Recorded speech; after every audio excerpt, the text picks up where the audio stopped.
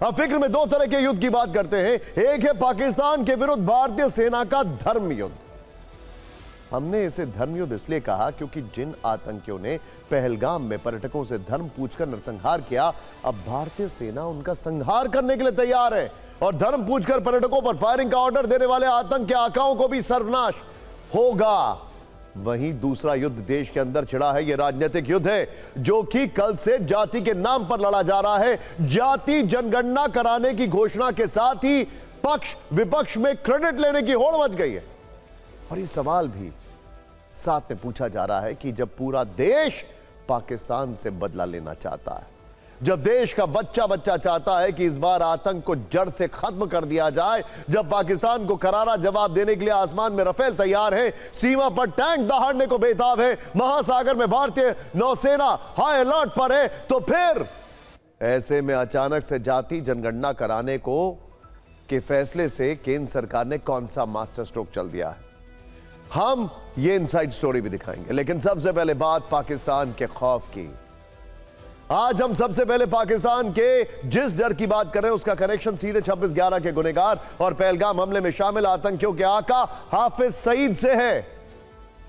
हाफिज सईद कराची से लाहौर तक खुलेआम रैलियां करके जहरीले तकरीरें देता था, लेकिन जब से उसे पता चला है कि पहलगाम हमले का बदला लेने के लिए भारत उसके विरुद्ध सीक्रेट ऑपरेशन भी कर सकता है, तब से यही हाफिज सईद बिल में जाकर छिप गया। और ये जिस बिल में छिपा है उसका पता पाकिस्तान की फौज और आईएसआई का है। फिक्र में एक्सक्लूसिव खबर सीधे लाहौर से है और हमारे पास सूत्रों से इंफॉर्मेशन है कि हाफिज को भारत के हमले से बचाने के लिए पाकिस्तान की फौज और आईएसआई ने मानव ढाल यानी ह्यूमन शील्ड वाली योजना बनाई है। क्या है यह प्लान और हाफिज की सीक्रेट लोकेशन क्या है? पाकिस्तान की फिक्र बढ़ाने वाले 10 बड़े खुलासे हम करने जा रहे हैं। अपनी स्क्रीन को अब बिल्कुल मत चेंज करिएगा।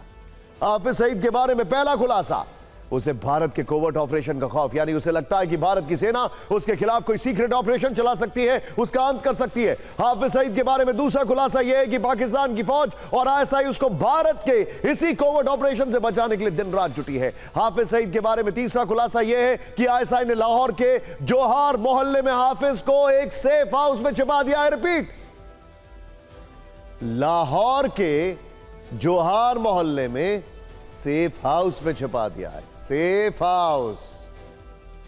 हाफिज सईद के बारे में चौथा खुलासा यह है कि उसकी सुरक्षा में स्पेशल सर्विस ग्रुप के पूर्व कमांडोज को भी लगाया गया है।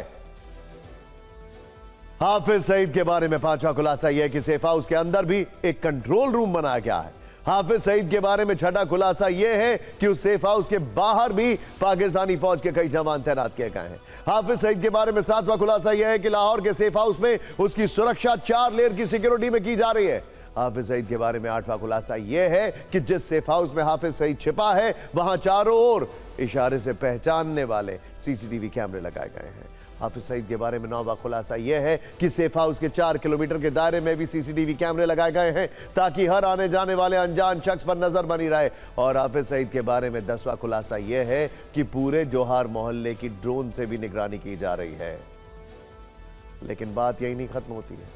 हाफिज सईद को बचाने के लिए पाकिस्तान की सेना और आईएसआई ने मानव ढाल यानी ह्यूमन शील्ड का प्लान भी बनाया है। क्या है मानव ढाल वाला प्लान? दरअसल लाहौर का जोहार मोहल्ला घनी आबादी वाला इलाका। पाकिस्तान की सेना और आईएसआई को लगता है कि हाफिज को अगर ऐसी जगह रखा गया जहां पर इंसानी बस्ती ज्यादा है तो फिर ऐसे में भारत की किसी भी तरह का हवाई हमला करने से पहले वो कई बार सोचेगा भारत, क्योंकि कुछ भी हो जाए भारत निर्दोष लोगों की जान नहीं लेगा। वैसे पाकिस्तान को यह भी बात मालूम है कि पिन पॉइंटेड अटैक में भारत को महारत हासिल है। इसका एक उदाहरण 2016 की सर्जिकल स्ट्राइक में पाकिस्तान देख चुका है, जब भारत के सैनिकों ने पीओके में घुसकर सिर्फ आतंकवादी और उनके ठिकाने तबाह किए। और यह सर्जिकल स्ट्राइक में आम पाकिस्तानियों को खरोच तक नहीं आई। वैसे हाफिज को लेकर अब मीम्स बन रहे हैं।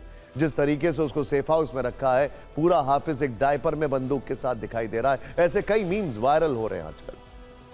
बड़ा सवाल यह है कि हम पहलगाम हमले के बाद अचानक से लश्कर आतंकी हाफिज सईद भारत का प्राइम टारगेट कैसे हो सकता है? सोचिए, थिंक, क्योंकि यह हमला तो टीआरएफ के आतंकियों ने किया था। तो अब इस चेन को चेन होती है ना, उसको अनलॉक करते हैं। टीआरएफ ने पहलगाम हमले की जिम्मेदारी ली। नंबर 1, टीआरएफ जम्मू कश्मीर में लश्कर की एक आतंकी ब्रांच है। नंबर 2, लश्कर का डिप्टी चीफ सैफुल्लाह कसूरी टीआरएफ को पीओके से कंट्रोल करता है। सैफुल्लाह कसूरी पहलगाम हमले का मास्टरमाइंड है और सैफुल्लाह कसूरी का बिग बॉस आतंकी हाफिज सईद है। पहलगाम हमले पर पहली बार बोलते हुए पीएम मोदी ने क्या कहा था, जरा याद कीजिए। उन्होंने कहा था कि इस बार ना आतंकी बचेंगे ना उनके लीडर, कल्पना से भी परे जाकर सजा भुगतेंगे। ऐसे में हाफिज सईद का बिल में छिपना और पाकिस्तानी फौज का उसे छुपाना भारत के आतंक के खिलाफ दृढ़ संकल्प का एक साइड इफेक्ट है। आतंक के विरोध भारत की जीरो टॉलरेंस की नीति है और जब पहलगाम जैसा हमला होता है तो यह नीति भी है कि दुश्मन को घर में घुसकर मारा जाएगा। हाफिज सईद और उसके आतंकवादी पहलगाम कराने के बाद जितना भी बिल में घुसने की कोशिश कर लें, उनका बचना नामुमकिन है और यह ऐलान आज खुद देश के गृह मंत्री अमित शाह ने सबके सामने कर दिया। वो ये न समझ ले कि हमारे 27 नागरिकों का जान लेकर ये लड़ाई जीते हो। मैं सभी आतंक फैलाने वालों को कहना चाहता हूं कि लड़ाई का अंत नहीं है, एक मकाम है। हर व्यक्ति को चुन चुन कर जवाब भी मिलेगा, जवाब भी लिया जाएगा। और अगर कोई एक कायराना हमला कर ये समझता है